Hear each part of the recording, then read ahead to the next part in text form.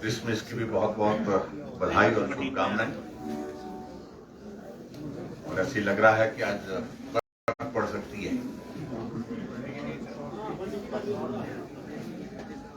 आज की इस पत्रकार वार्ता में हमारे बीच में हमारे हिमाचल प्रदेश के प्रभारी आदरणीय श्री अविनाश राय खन्ना जी हैं, सह प्रभारी जी संजय टंडन जी, सुरेश कश्यप जी, बाकी विपिन सिंह परमार जी, सतपाल सत्ती जी, रणधीर जी, इनका साथ आपका परिचय है ही। मित्रों, मैं विधानसभा के चुनाव के पश्चात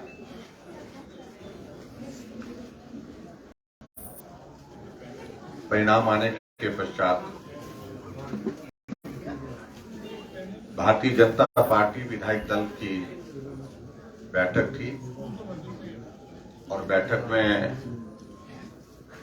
विधायक दल के नेता का चुनाव तय था। मैं पार्टी के शीर्ष नेतृत्व का आभार व्यक्त करता हूं, आदरणीय प्रधानमंत्री नरेंद्र मोदी जी का, पार्टी के हमारे राष्ट्रीय अध्यक्ष आदरणीय श्री जगत प्रकाश नड्डा जी का, भाई अमित शाह जी का और पार्टी के सभी साथियों का, सभी विधायकों का, जिन्होंने भारतीय जनता पार्टी के विधायक दल के नेता के रूप में मुझे जिम्मेवारी दी है। विधानसभा के चुनाव के परिणाम के पश्चात संभवतः ये पहली हमारी इस प्रकार की ये पत्रकार वार्ता है।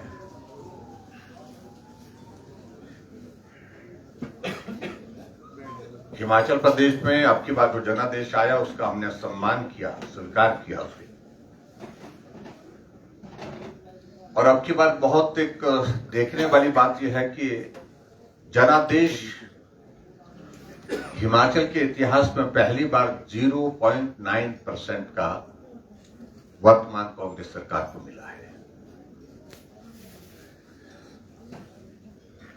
अगर हम दूसरे हिसाब से कहें तो कि हिमाचल प्रदेश की जनता ने लगभग बराबरी का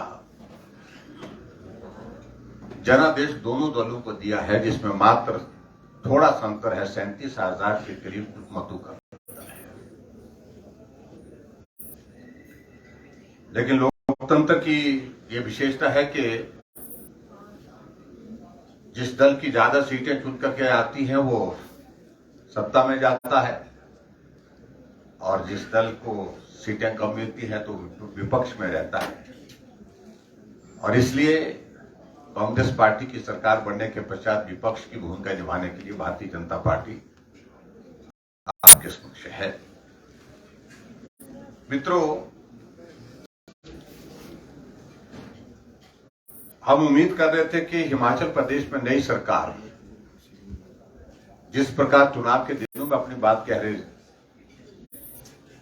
कि हम सरकार बनने के बाद 10 दिन के अंदर ओपीएस लागू कर देंगे। 10 जो गारंटी है उन गारंटियों को लागू कर देंगे, जिसमें 1,500 रुपए हर महिला जो 18 साल से 60 साल की आयु की है उनके खाते में आना शुरू हो जाएगा।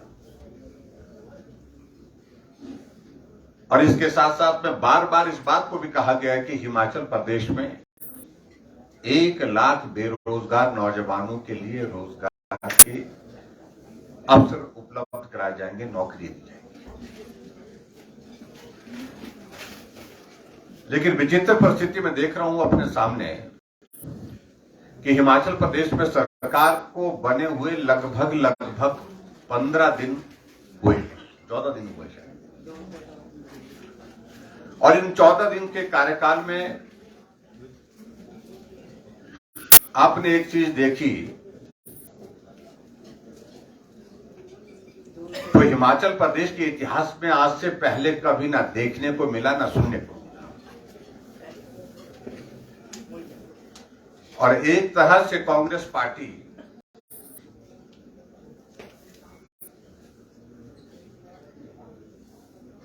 सत्ता में आने के बाद 11 तारीख को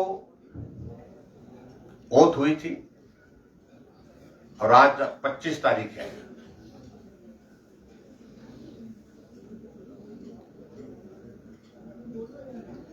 इस कालखंड में जो भी सारी चीजों को लेकर के ऐलान करती रही, वह ऐलान एक ही ऐलान,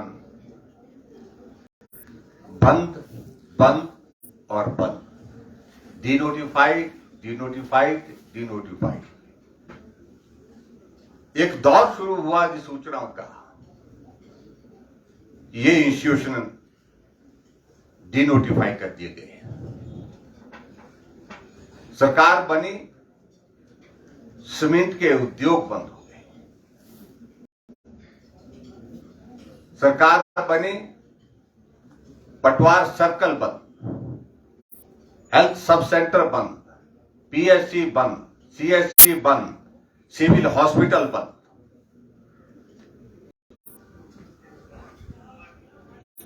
और बड़ी दिलचस्प बात है, उसमें एक तारीख निकाली उन्हें, 1 अप्रैल 2022।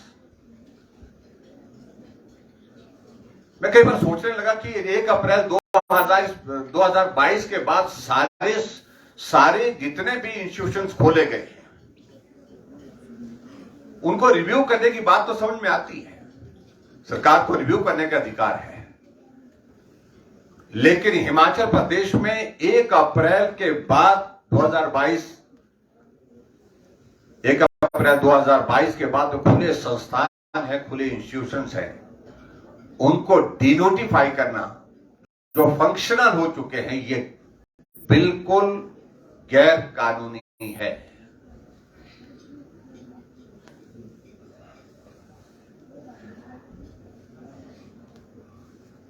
एक तरह की हिमाचल प्रदेश में,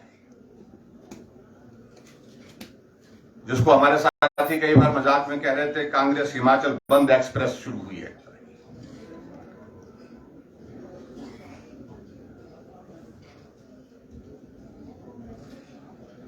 हमने हिमाचल प्रदेश में जब सत्ता हासिल की थी, तो उसके बाद हमने पहले दिन एक बात कही थी कि हम हिमाचल प्रदेश में बदले की भावना से काम नहीं करेंगे, और 5 वर्ष का कार्यकाल पूरा किया।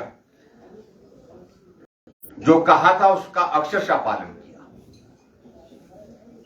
मैं देख रहा था कुछ जगह मीडिया में कुछ इस तरह की खबरें चलाने की कोशिश की, जिसमें कहा कि हम रिव्यू करेंगे। रिव्यू करने का अधिकार है, रिव्यू करने के लिए हमने भी कहा था, लेकिन बंद करने के लिए नहीं कहा था। आज पटवार सर्कल बंद, सब तहसील बंद, कानगो सर्कल बंद, एसडीएम के दफ्तर चले हुए बंद। एसडीएम के दफ्तर जहां पर इलेक्शन की प्रोसेस भी कंप्लीट है, इलेक्शन कंडक्ट कर लिया हमने फंक्शनल होने के बाद। यहां विक्रम ठाकुर हमारे, उनके विधानसभा क्षेत्र में एसडीएम के 2 दफ्तर खोले हैं। रीजन की एक समस्या थी, अलग अलग रीजन की।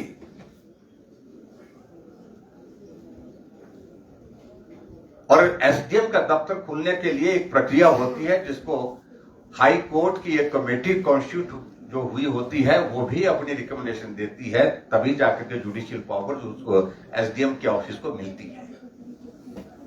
जब उस प्रोसेस को कंप्लीट करते हैं, वो सुप्रीम कोर्ट से भी ऊपर हो गई कि हाई कोर्ट की उस कमेटी की रिकमेंडेशन जो हुई है, जो जुडिशियल पावर जो है उस एसडीएम के ऑफिस को उनने प्रदान की, उनको भी निरस्त कर दिया, उनको भी डिनोटिफाई कर दिया, उनको भी रद्द कर दिया।